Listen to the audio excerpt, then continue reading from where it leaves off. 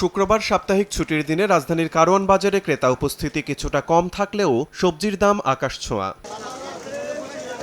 কাঁচামরিচ বিক্রি হচ্ছে কেজিতে 200 থেকে 240 টাকায়। গেল সপ্তাহে যা বিক্রি হয়েছে 180 থেকে 190 টাকায়। 2 সপ্তাহ ধরে চড়ে থাকা সবজির বাজারেও স্বস্তি ফেরেনি। বেগুনের কেজি ঠেকেছে 150 টাকায়। এছাড়া বরবটি, শসা 120 এবং পটল বিক্রি হচ্ছে 80 টাকা কেজি দরে। বৈরী আবহাওয়ায় সরবরাহ ব্যাহত হওয়ায় দাম বাড়ার অজুহাত বিক্রেতাদের। গত সপ্তাহে ছিল 200 টাকা, 180 টাকা, এই সপ্তাহে 240 টাকা আর 200 টাকা। আমরা মাল কিনা দাম দিয়ে আইনা বিক্রি করতে পারতেছি না, ক্রেতা নাই বৃষ্টির কারণে। বৃষ্টি, পরিবহন সমস্যা, একটা না একটা অজুহাত আপনি এদের কাছে পাবেন। বৈরী আবহাওয়ার প্রভাব মুরগির বাজারেও। কেজিতে 20 থেকে 30 টাকা বেড়ে ব্রয়লার মুরগি বিক্রি হচ্ছে 190 থেকে 200 টাকায়। সোনালী ও লেয়ার কিনতে হচ্ছে 350 টাকা কেজি দরে। গত সপ্তাহের চড়া দামেই বিক্রি হচ্ছে ডিম।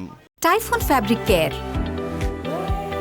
ফ্যাব্রিক কেয়ারের সুপার পাওয়ার। মোটামুটি সব জিনিসের মুরগির দামটা একটু বাড়তি তুলনামূলক গেছে সপ্তাহের চেয়ে।